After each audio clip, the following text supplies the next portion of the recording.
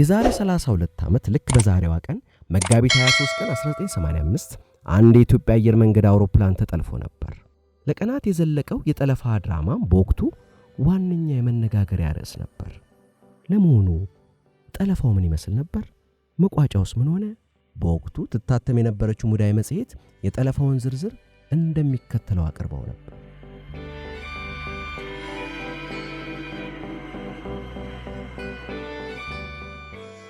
ዕለት አርብ መጋቢት 22 1985 ዓ.ም ንብረትነቱ የኢትዮጵያ አየር መንገድ የሆነ ATR 42 የበረራ ቁጥር ET 154 የመንገደኞች አውሮፕላን በካፒቴን ጌታቸው አሰፋ አብራሪነት ከጋምቤላ ወደ አዲስ አበባ 33 መንገደኞችና 4 የአውሮፕላኑን ሰራተኞች ይዞ በመብረር ላይ ነበር።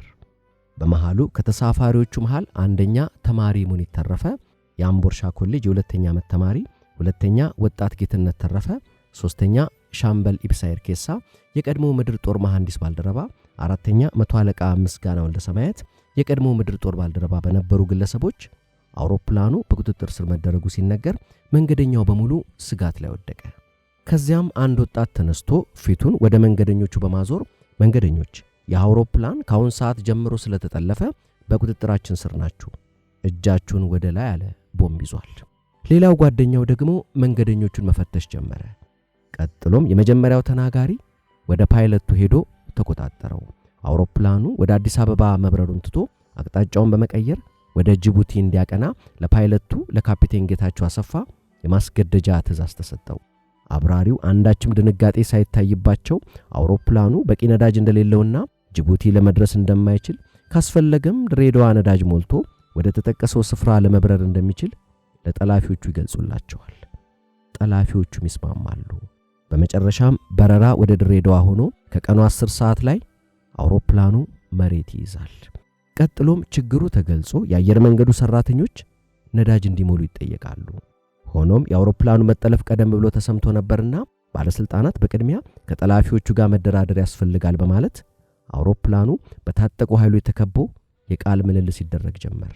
ጠላፊዎቹ ነዳጅ ተሞልቶላቸው ከሀገር ለመውጣት ካልቻሉ በአውሮፕላኑና በተሳፋሪዎቹ ላይ የመጨረሻውን እርምጃ ለመውሰድ ውሳኔ ሲያደርጉ ከመንግስት ተወካዮች በኩል ግን ፍቃደኛ ሆኖ የተገኘ አልነበረም።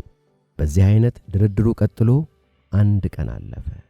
በሚቀጥለው ቀን ስምምነት ላይ ለመድረስ ባይቻልም ውሃና ምግብ ለተሳፋሪው እንዲገባ ተጠይቆ ጠላፊዎቹ ፍቃደኛ ስለሆኑ እህል ውሃው መግባት ጀመረ። ስጋቱ ግን አላቋረጠም።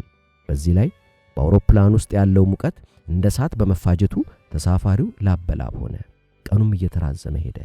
ሶስተኛው ቀን ስምምነት ላይ ሳይደረስ ተቃረበ። የተሳፋሪው ሕይወት በመኖርና አለመኖር ጠርዝ ላይ ተንጠለጠለ። አንዳንድ ተሳፋሪዎች በሩን በዘዴ ከፍተው ለመውጣት ያውጠነጥኑ ጀመር።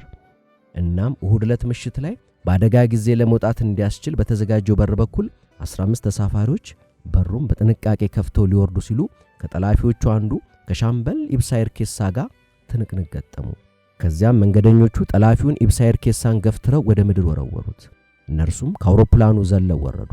በዚህ ጊዜ አውሮፕላኑን ከበው የቆሙት የኢህአዴግ ወታደሮች ከመቀስበት ቁም የሚል ድምፅ አሰሙ።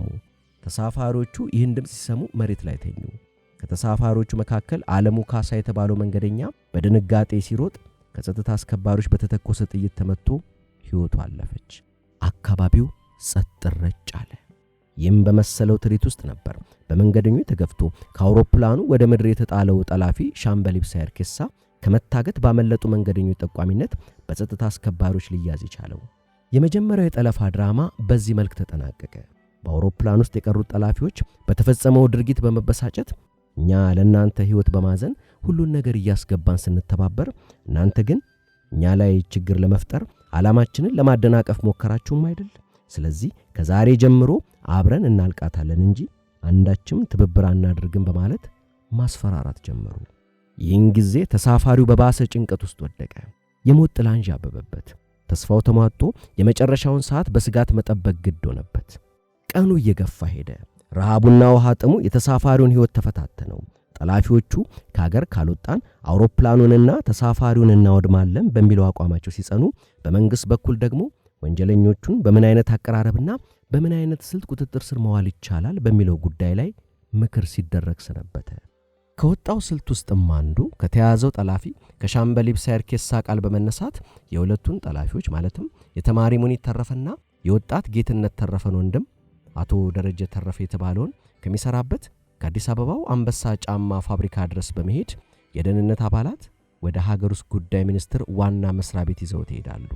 ከዚያም ወንድምና እህቱን ድሬዳዋ ድረስ በመንግስት በኩል ሄዶ እንዲለምናቸውና መንገደኞቹን እንዲለቁ እንዲያደርግ ትብብር መጠየቅ ይገኝበት ነበር። ብቻ ወሳኟ ቀን መጋቢት 30 1985 ደረሰች። ከጠዋቱ 5 ሰዓት ተኩል ላይ ኦፕሬሽኑ ተጀመረ። የመንግስት ተወካዮች ከጠላፊዎቹ ጋር ድርድር ጀመሩ። ጋዜጠኞች እንዲሁም የውጭ ሀገር የሰብአዊ መብት ተከራካሪዎች እናንተን ለማነጋገር ስለመጡ ፍቃዳችሁን እንጠይቃለን በሚል ከሽግግሩ መንግስት ባለስልጣኖች በኩል ለጠላፊዎቹ ጥያቄ ቀረበ። ጠላፊዎቹም እውነት ስለመሰላቸው ፍቃደኛ በመሆን ምላሹን ሰጡ። ይህ እንደተረጋገጠ ዜግነታቸው የማይታወቅ ሁለት ነጮች ወደ አውሮፕላኑ ተንቀሳቀሱ። አረማመዳቸው ዘገምተኛና ጥንቃቄ የተሞላበት ነበር። ጠላፊዎቹም የአውሮፕላኑን የፊት ለፊት መግቢያ በር በመያዝ የእንግዶቹን እንቅስቃሴ በእይታቸው ቀለበት ውስጥ አስገብተው ሁኔታውን በትኩረት ይከታተሉ ጀመር። ከዚያም ወዲያው መንግስት አሰማራኋቸው ያላቸው ልዩ የጸጥታ ኃይሎች በተኮሷቸው ጥይቶች ከጠላፊዎች ውስጥ መቶ አለቃ ምስጋና ወልደ ሰማያትና ወጣት ጌትነት ተረፈ ተመተው ወዲያውኑ ሞቱ። አንደኛዋ ጠላፊ ተማሪ ሙኒት ተረፈ በወቅቱ ሌላ ቦታ ስለነበረች አልተገኘችም ነበር። አንዲት ተሳፋሪ ሴት ግን በልዩ የጸጥታ ኃይሎች በተተኮሰ ጥይት በስህተት ቆሰለች። ተፈላጊዋ ጠላፊ ተማሪ ሙኒት ተረፈ አደጋ እንደከበባት ስታውቅ ከተሳፋሪው ጋር ተደባልቃ ራሷን ልትደብቅ ብትሞክርም በተሳፋሪው ጥቆማ ተይዛለች። አሁን የቀረ ምንም ነገር የለም። ለቀናት የዘለቀው የጠለፋ ድራማ በዚህ መልኩ ተጠናቀቀ። አውሮፕላን ውስጥ ያለው ሁለት አስክሬንም ተነሳ።